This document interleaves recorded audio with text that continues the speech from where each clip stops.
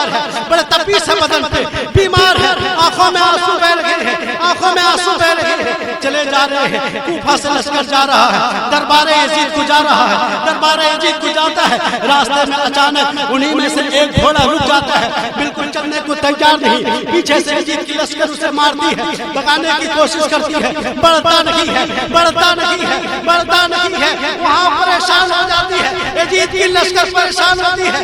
اس گھوڑے کو ہو کیا گیا ہے, اس گھوڑے کو ہوا کیا ہے, آگے بڑھتا کیوں نہیں ہے, آگے بڑھتا کیوں نہیں ہے. حضرت زینب کہتی ہے او یزیدو سنو سنو, او یزیدو سنو سنو, گھوڑا تو کچھ کہہ رہا ہے, گھوڑا تو کچھ کہہ رہا ہے. گھوڑا اس لیے نہیں آگے چلتا ہے, وہ حسین کا وفادار ہے, وہ حسین کا وفادار ہے, وہ تو اپنے مالک کا وفادار ہے, وہ اسی لیے نہیں آگے بڑھتا ہے. دیکھو تو صحیح کچھ تو ہوا ہوگا.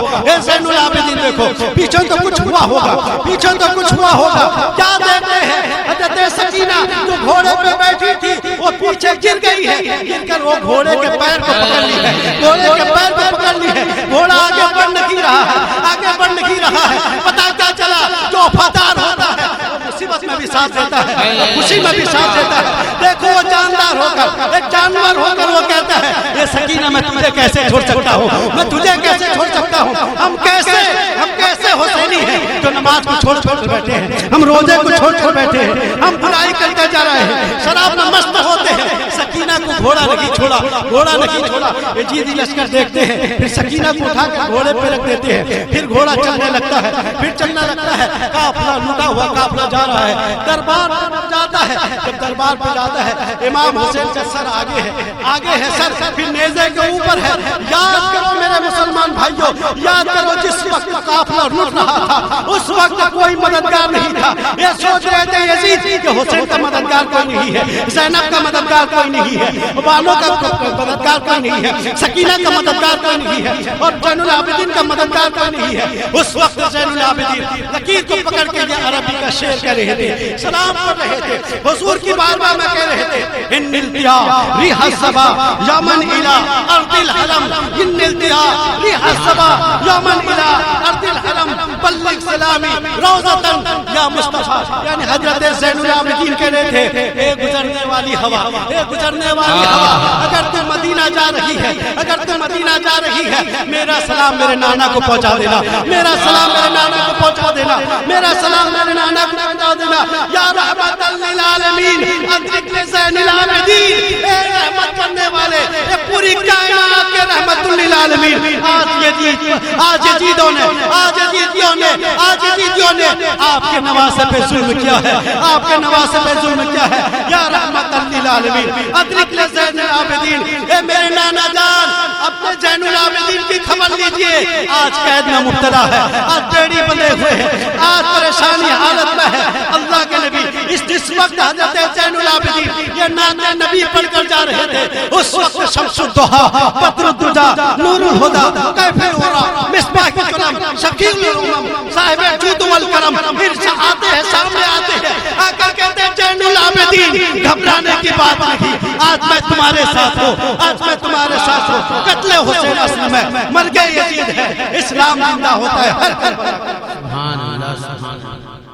جب کربلا ختم ہو گیا اور یزیدی لشکر خوش ہو گئے, ہم کامیاب ہو گئے, اس کے بعد اللہ نے ان کو ایک ظالم کو مسلط کیا جس کا نام مختار ثقفی تھا.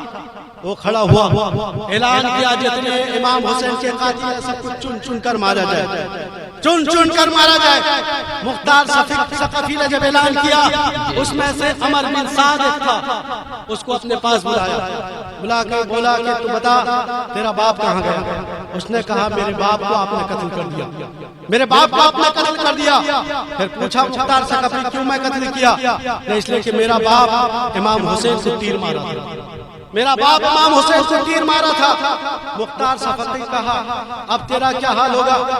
عمر بن سعد کہتے ہیں جب میرا باپ مر گیا میری زندگی میں کیا ہے, یہ دنیا میں کیا ہے؟ مختار ثقفی اپنے جلاد کو دیتا ہے, یہ حسین کا قاتل ہے, پہلے اس کی انگلی کو کاٹا جائے, پہلے اس کی انگلی کو کاٹا جائے. جب اس کی انگلی کو کاٹا تو بہت درد ہوا, درد سے چلانے لگا. کہا کہ مختار ثقفی اگر تو مجھے مارنا چاہتا میرا سر کو کاٹ دے تاکہ درد محسوس نہ ہو. تو مختار ثقفی نے کہا جب تو انگلی کٹنے سے جب تجھے درد ہوتا ہے شہید ہوئے تھے حسین کو کتنا درد ہوا ہوگا, حسین کو کتنا درد ہوا ہوگا. علی اکبر کو انہیں مارا ہے, اس وقت پتا حسین کو کتنا درد ہوا ہوگا. پھر اس کا ہاتھ کاٹا گیا, پھر اس کا پیر کاٹا گیا, پھر اس کی آنکھ نکالی گئی. پھر مختار ثقفی پوچھتا بتا تجھے کتنا درد ہوا, بہت تکلیف ہوتی ہے.